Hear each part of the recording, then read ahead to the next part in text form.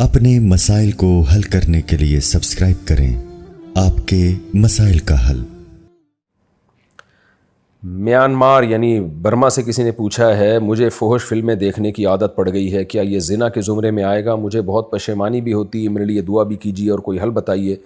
مجھے معلوم ہے کہ اللہ بہت معاف کرنے والا ہے، لیکن کیا وہ مجھے بھی ایسے اعمال کے بعد معاف کر دے گا؟ اللہ معاف کرنے والا ہے توبہ کرنے والوں کو، فحش فلمیں دیکھنے والوں کو معاف کرنے والا ہے، ایسی کوئی حدیث ہماری نظر سے نہیں گزری ہے، بلکہ برائی کرنے والے کے بارے میں تو اللہ نے دھمکی دی ہے، ان الذین یکسبون الاثم سیجزون بما کانوا یقترفون۔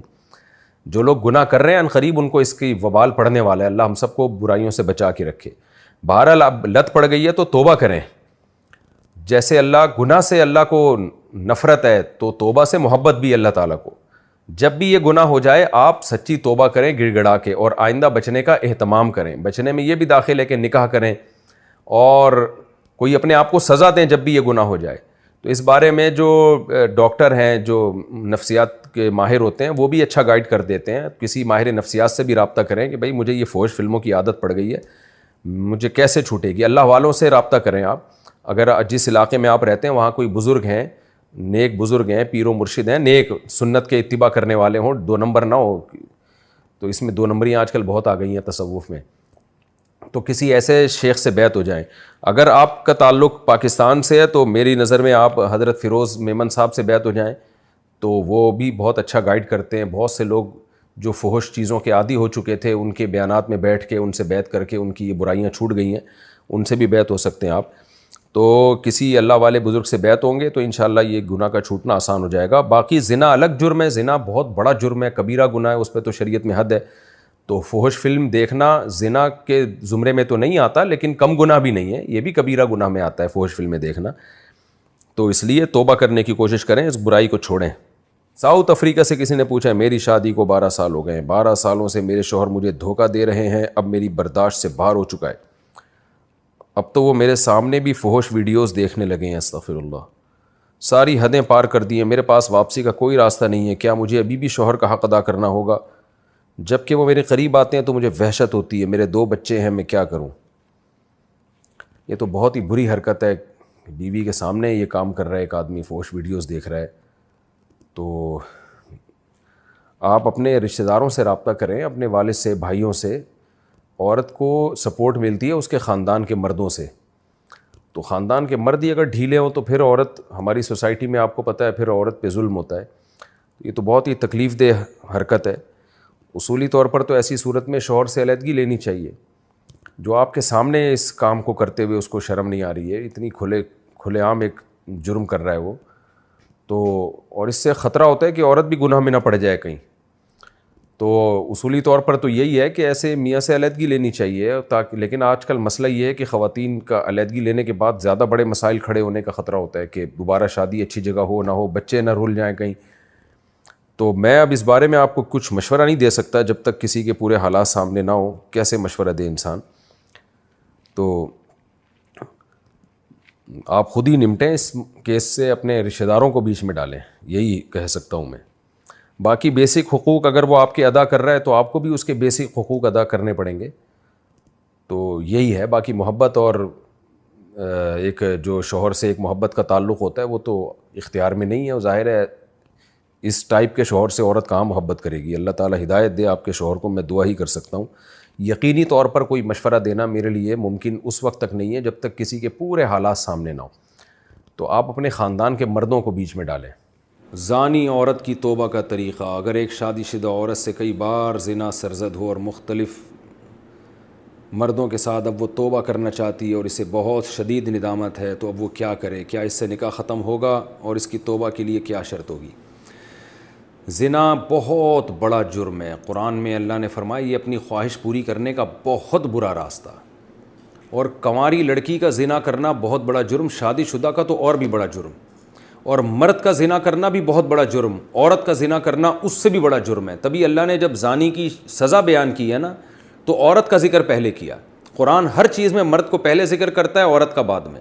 چور کا ہاتھ کاٹنے کی باری آئی تو اللہ نے فرمایا چور مرد کا بھی ہاتھ کاٹو اور چور عورت کا بھی ہاتھ کاٹو، یہاں مرد کا ذکر پہلے، عورت کا بعد میں۔ لیکن زنا کی جہاں بات آئی اللہ نے فرمایا زانیۃ والزانی فجلدوا کل واحد منہما مئۃ جلدہ، زنا کرنے والی عورت کو بھی 100 کوڑے مارو اور مرد کو بھی۔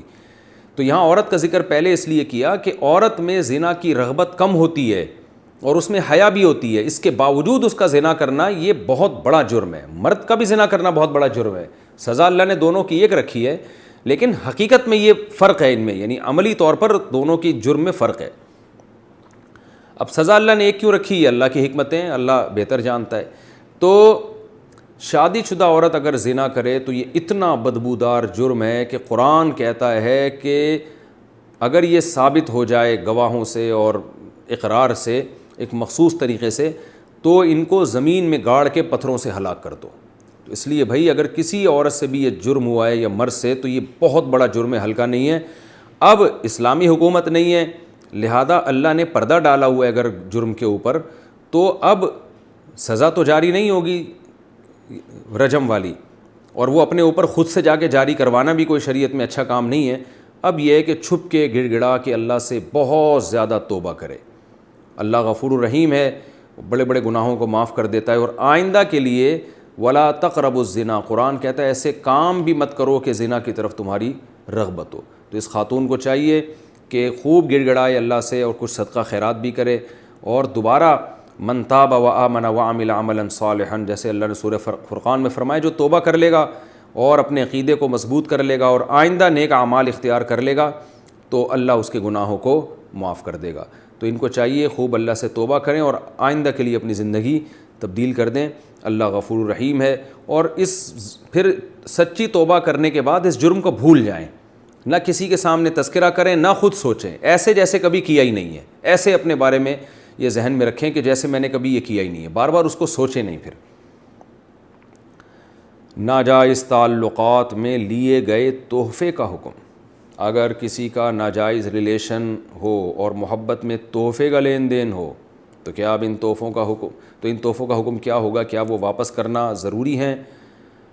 اگر اب اس بندے سے رابطہ نہیں ہے تو کیا اس سے رابطہ کر کے اسے سارے تحفے واپس کیے جائیں یا اس کی قیمت واپس لی جائے، یا اس کی قیمت واپس کی جائے؟ اس بارے میں رہنمائی فرمائیں۔